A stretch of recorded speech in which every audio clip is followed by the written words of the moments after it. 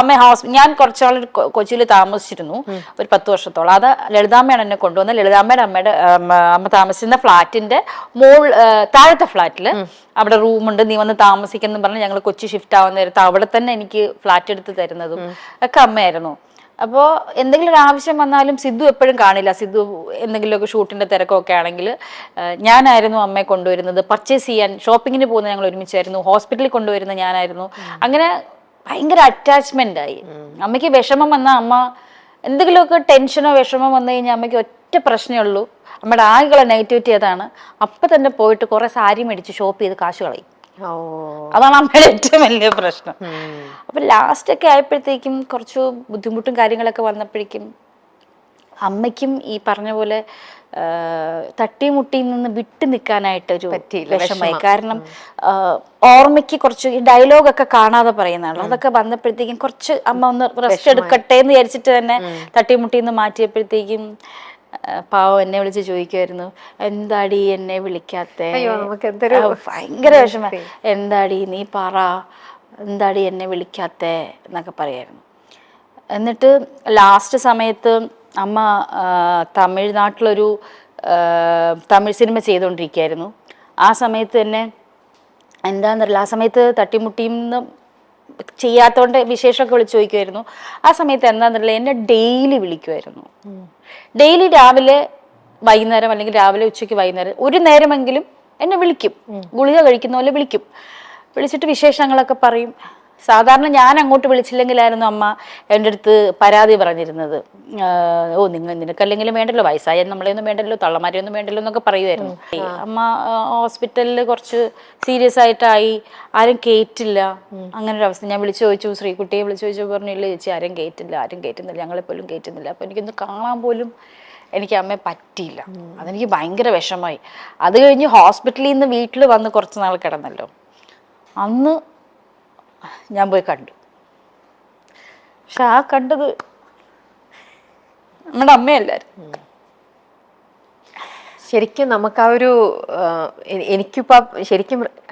എനിക്കും തന്നെ വിഷമം വരുന്നു. അത് റിലേറ്റ് ചെയ്യാൻ പറ്റുന്നുണ്ട് കറക്റ്റ് ആയിട്ട്. ഞാൻ ആദ്യം വിളിക്കുമ്പോൾ സിദ്ധു പറഞ്ഞു, ചേച്ചി അത് വേണോ?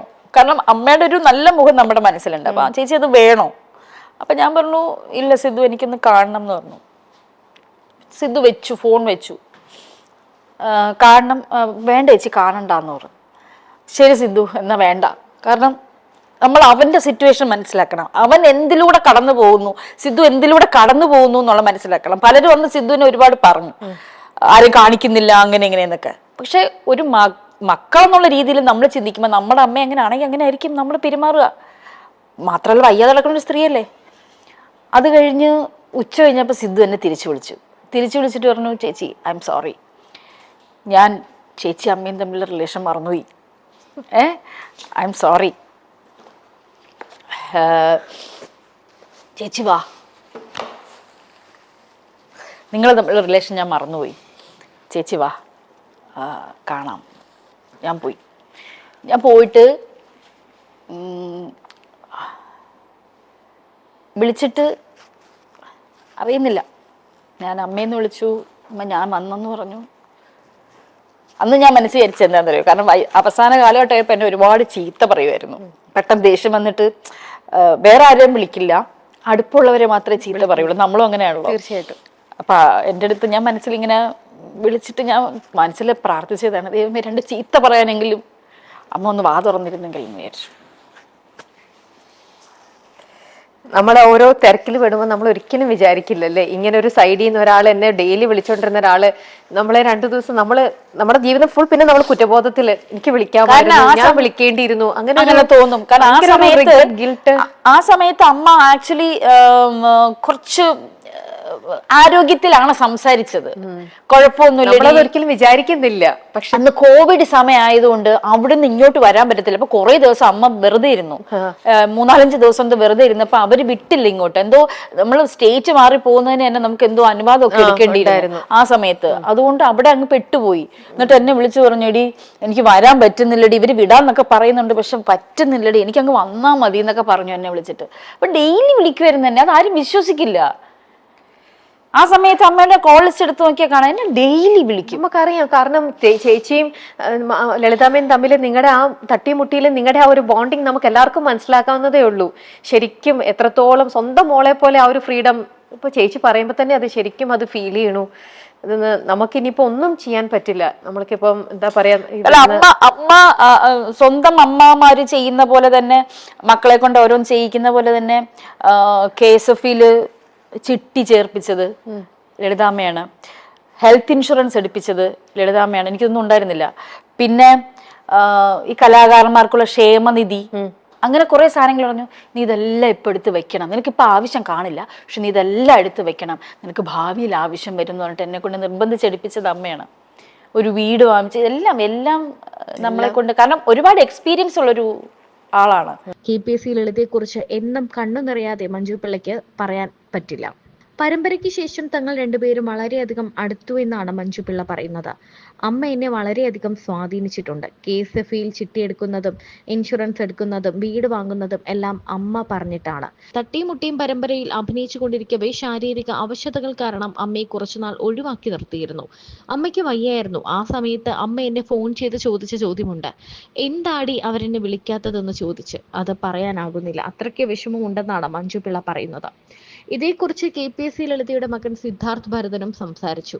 ഒരു സെറ്റിൽ നിന്നും അടുത്ത സെറ്റിലേക്ക് പോകുന്ന ശീലമായിരുന്നു. കോവിഡ് വന്നപ്പോൾ ഇതെല്ലാം തെറ്റി. ലോക്ക്ഡൌണിൽ മാനസികമായി തളർന്നു. കുറച്ചുനാൾ കഴിഞ്ഞാൽ ശരിയാകുമെന്ന് ഞാൻ പറഞ്ഞു. ഇല്ലടാ, നിനക്കറിയില്ല, ഒരു ആർട്ടിസ്റ്റ് ഇരുന്നു പോയാൽ ഇരുന്നു പോയതാണെന്നാണ് അമ്മ പറഞ്ഞതെന്നും സിദ്ധാർത്ഥ് ഓർത്തു. അതുപോലെ തന്നെ നമ്മുടെ മലയാള സിനിമയ്ക്ക് എന്താ പറയാ, നമ്മുടെ മലയാള സിനിമയിൽ ഇന്നലെ ചേച്ചിക്ക് അറിയാമായിരിക്കും, കലാഭവൻ മണിച്ചേട്ടന്റെ 8ാമത്തെ ഡെത്ത് ആനിവേഴ്സറി ആയിരുന്നു ഇന്നലെ. ഇത് പറയുന്ന പോലെ മലയാള സിനിമ ഇഷ്ടപ്പെട്ട എല്ലാവരും കണ്ടുകൊണ്ടിരുന്ന, നമ്മുടെ ലളിതാമ്മേനെ ഇഷ്ടപ്പെട്ട പോലെ തന്നെ എല്ലാവർക്കും ഇഷ്ടമായിരുന്നു മണിച്ചേട്ടനെ. പെട്ടെന്ന് മണിച്ചേട്ടന്റെ ആ ഒരു ഇത് ആർക്കും അങ്ങനെ ആക്സെപ്റ്റ് ചെയ്യാൻ പറ്റിയില്ല. എല്ലാവരും വേദനിപ്പിച്ച ഒരു കാര്യമാണ്. നമുക്ക് ചേച്ചി തന്നെ നമ്മുടെ നേരത്തെ ഒരു ഇന്റർവ്യൂവിൽ മണിച്ചേട്ടനുമായിട്ടുള്ള ഒരു അനുഭവത്തെക്കുറിച്ച്, അല്ലെങ്കിൽ നിങ്ങൾ ചെയ്ത ആ ഒരു എക്സ്പീരിയൻസിനെ കുറിച്ച് ചേച്ചി പറഞ്ഞൊരു ബൈറ്റ് ഉണ്ട്. നമുക്ക് അതൊന്ന് കണ്ടിട്ട് നമുക്ക് അതിലേക്ക് വരാം. കലാഭവൻ മണിച്ചേട്ടനുമായിട്ട് അഭിനയിക്കുന്ന സമയത്ത്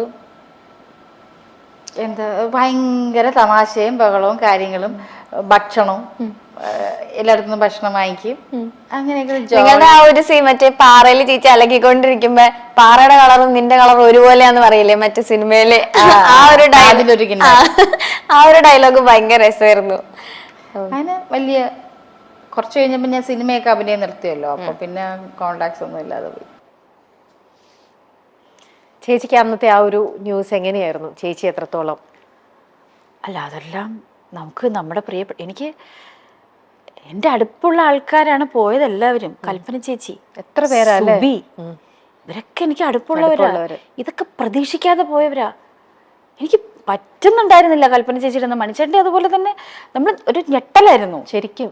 അയ്യോ, കാരണം മണിച്ചേട്ടനുമായിട്ട് ഞാൻ കുറേ നാളായിട്ട് എനിക്ക് കോണ്ടാക്ട്സ് ഇല്ല, കുറേ നാളുകളായിട്ട് കോണ്ടാക്ട്സ് ഇല്ല. കാരണം ഞാൻ സിനിമയിൽ നിന്നൊക്കെ അഭിനയം നിർത്തി പോന്നു, പിന്നെ കോണ്ടാക്ട് ചെയ്തേണ്ടി വന്നിട്ടില്ല, കോണ്ടാക്ട്സ് ഇല്ല. പക്ഷെ എനിക്ക് ലളിതാമ്മ, കൽപ്പന ചേച്ചി, സുബി കണക്റ്റഡ് ആണ്. എന്ത് ഡെയിലി അല്ലെങ്കിൽ ഒരു ആഴ്ചയിൽ 1-2 പ്രാവശ്യമൊക്കെ വിളിക്കുന്ന ആൾക്കാരാണ്.